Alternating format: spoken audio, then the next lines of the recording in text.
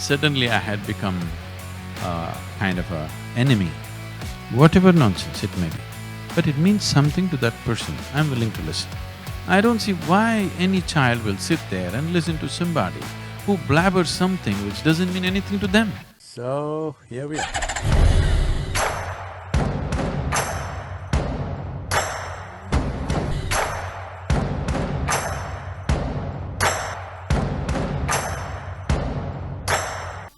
There are no children, so I think I can share.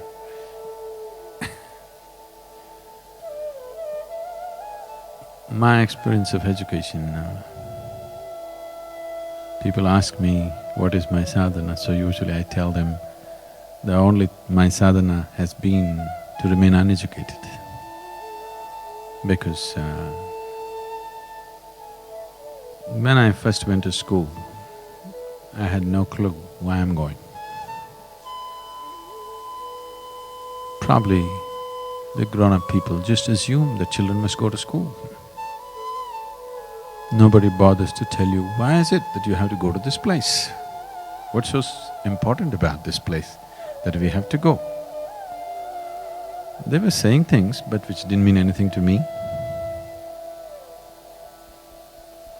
So my time of education, I only went there when I really had to.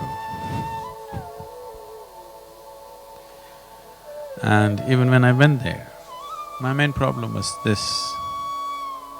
I always found people were talking about things that were not important to them. I have always maintained this in my life. It doesn't matter what rubbish somebody is speaking.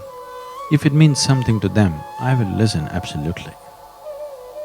Whatever nonsense it may be, but it means something to that person, I'm willing to listen.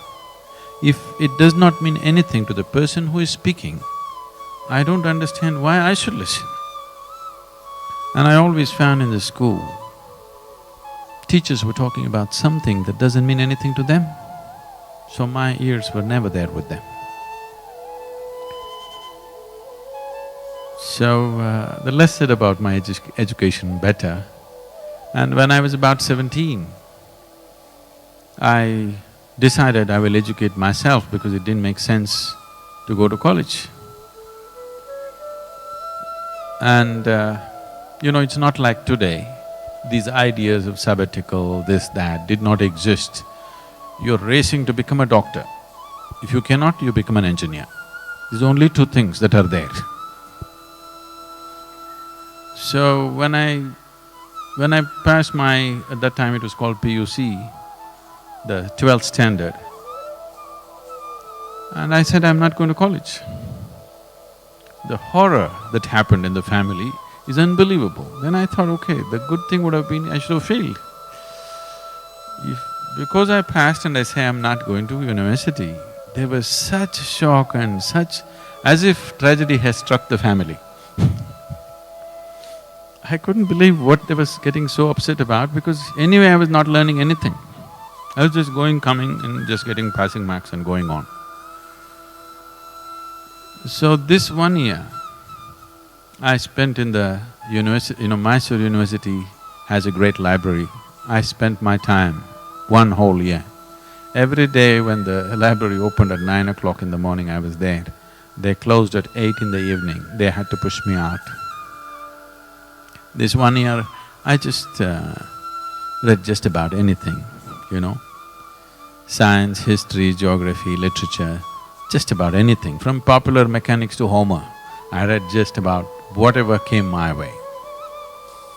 This 1 whole year, because suddenly I had become kind of a enemy in the family because I have not gone to college. Everybody else is educated and you're not going to college and you passed and you're not going. So morning I ate big breakfast and went. This whole year I went without lunch. I came back home and ate dinner in the night. 1 full year. When I was young, I was always hungry. I was just all the time hungry. It's not easy for people to understand what it took for me to sit there without eating for 1 year and just reading whatever I feel like.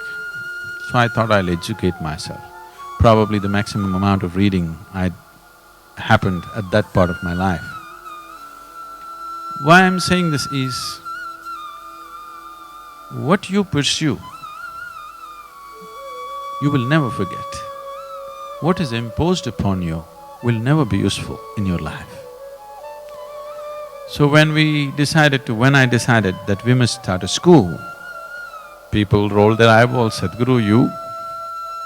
I said, yes, but the school should be different. And I spoke to them for a few days continuously, a few people who are involved with us, as to what a school should be. I remember very well, I was in my 6th standard. The President of India died. And we went to school and they declared a holiday. That's a good thing, you know. If it happened when you're at home, it's different. But you went to school and then you found out there's no school today, and 2 days, no school. So we sat outside and we were discussing, and we just thought, if the Prime Minister goes, what'll happen? The Chief Minister goes, what'll happen? We literally killed the whole cabinet. How many days will we get this year? So why is school such a horrible place to go to? Something is wrong in the way we're delivering it, because education, I mean, for what purpose we're educating people also we need to look at it, that's a much more profound thing. But essentially, at the delivery end, at the last part of education system, it's a very human thing. If that human thing is missing, I don't see why any child will sit there and listen to somebody who blabbers something which doesn't mean anything to them. Because parents are psyching them, unless you go to school, you won't make a living, this will happen to you, that will happen to you, if you go to school, I'll send you to America, all this kind of rubbish, not to really educate themselves. So when we started the school, when I spoke to them about how school should be, then our teachers asked Sadhguru, this is a tall vision, how do we know that we are even fulfilling it?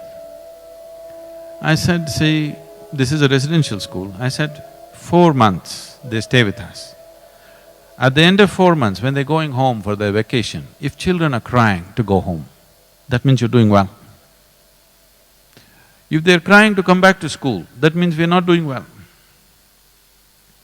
You won't believe, today you will see this in Isha Home School, when they're leaving, they're crying. Before the vacation is over, 8 days, 10 days before the vacation is over, children are back setting up the school. So that's good, they're enjoying their schooling process. Because if that doesn't happen, how? Why are we torturing our children like this? For what end? What purpose?